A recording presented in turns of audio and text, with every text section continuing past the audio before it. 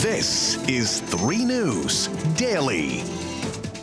Hello, everybody. Welcome back to 3 News Daily on this Monday, December 26th. I'm Stephanie Haney. I'd like to take a moment to just say that I hope that everyone who celebrates had a wonderful Christmas yesterday.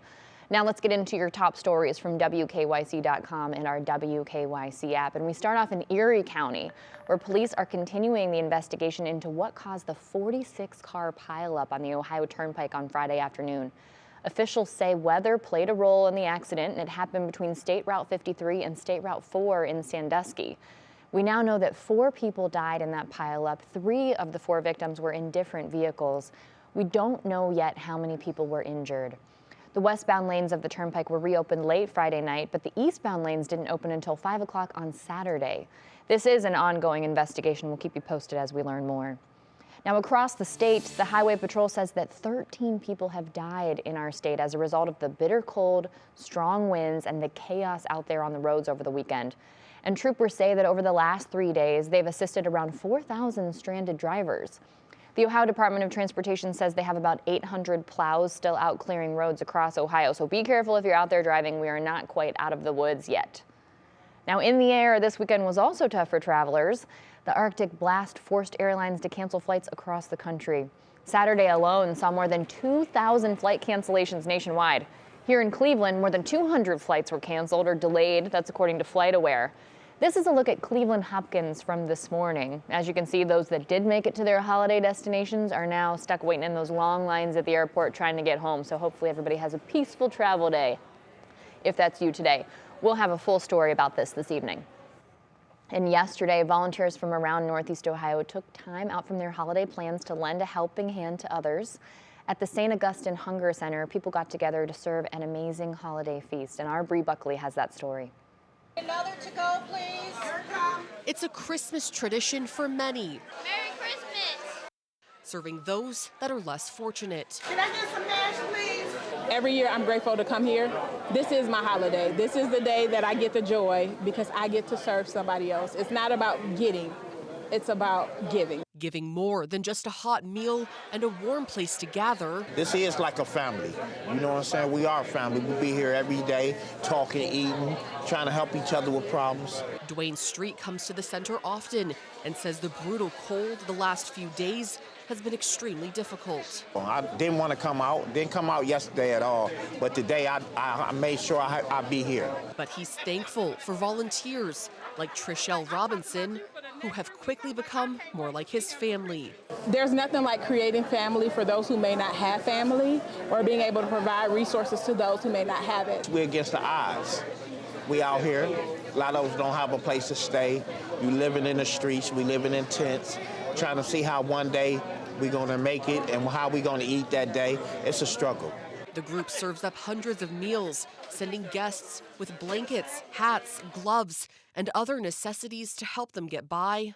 We're coming to know what the sacrifice means to show up for somebody else. And that's where the sense of community and family really stems from.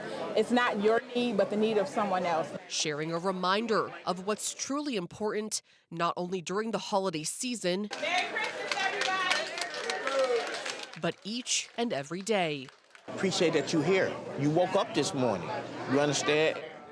Wow, what a great message from Dwayne. Dwayne, thank you very much for sharing your story, and Bree, thank you for bringing that story to us. Very thankful that we have those warming centers and those hunger centers this time of year. All right, now let's talk sports. Leading up to the Browns' 17-10 loss against the New Orleans Saints on Christmas Eve, there's been some speculation that the Cleveland Browns head coach Kevin Stefanski might be looking for another job. One report from Jonathan Jones of CBS Sports says otherwise, that the Browns ownership is not considering letting Stefanski go at the end of the season. Now, the Browns may be 6-9 now, but remember, in 2020, Stefanski brought the Browns to the playoffs for the first time since 2002. As of now, it appears he'll be back in Cleveland for a 4th season next year. And remember, a lot of people did have some thoughts on what the season was going to look like with that sexual assault suspension for Deshaun Watson. So, sounds like he'll be back here to see what happens next year.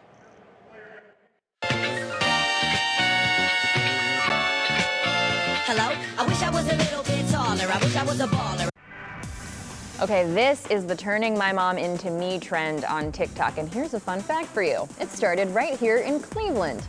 The Turning My Mom Into Me videos show moms wearing their own clothes and then they reappear wearing the clothes that their children would typically wear. Now, Emily Gilbert, the daughter of Destination Cleveland's president and CEO David Gilbert, came up with the hashtag, and it shows her mom and her swapping styles. And that video was posted just a few days ago.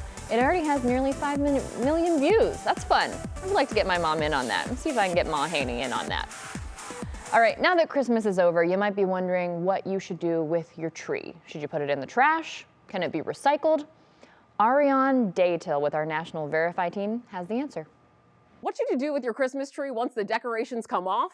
Well, according to Google Search Trends data, many people research their tree disposal options in the days immediately after Christmas. So let's verify. Can you recycle a real Christmas tree? Our sources are the National Christmas Tree Association, Waste Management, a trash collection company, and the Home Depot. Yes, Christmas trees are recyclable, but your options for recycling them differ based on where you live.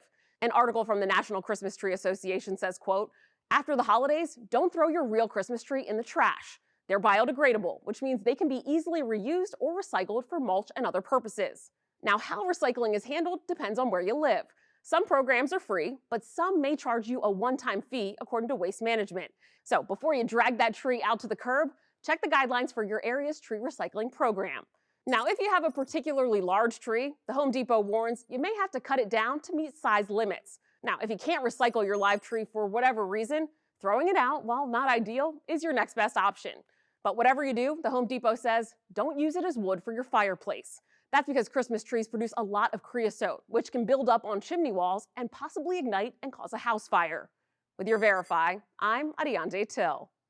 That is a really good note on not using that tree in your fireplace. Good to have that safety tip. And I was just kind of quickly looking it up while we were watching that package. There are options to recycle your Christmas tree here in Cleveland, so you can do that if you want to do that.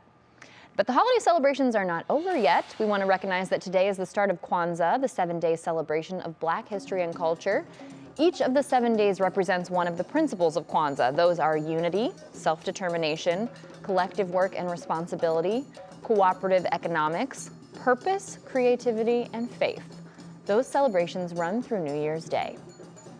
And that brings us to our question of the day for this day, this Monday, December 26th. During this busy time for giving and getting gifts, we want to know, what do you do with a gift that is not quite your style? Do you return it? Do you exchange it? Do you re-gift it to someone else? Do you just keep it? Post your comment and let us know on the WKYC Facebook page, and we will talk about it during What's New at 4 o'clock. Now, for me, if it's something that I know where it came from, I'll usually just try and exchange it, quietly. If I'm really close with the person, I might even ask them for the receipt. It really depends on who it is. Very situationally based. Otherwise, I'll probably just donate it if it's a gift that's not quite my style. Thanks for being with us here on 3 News Daily. We appreciate you, whether you're watching on our WKYC YouTube page, on WKYC Plus, on our Instagram page, or listening on your favorite podcast platform. We'll be back with you tomorrow for more 3 News Daily.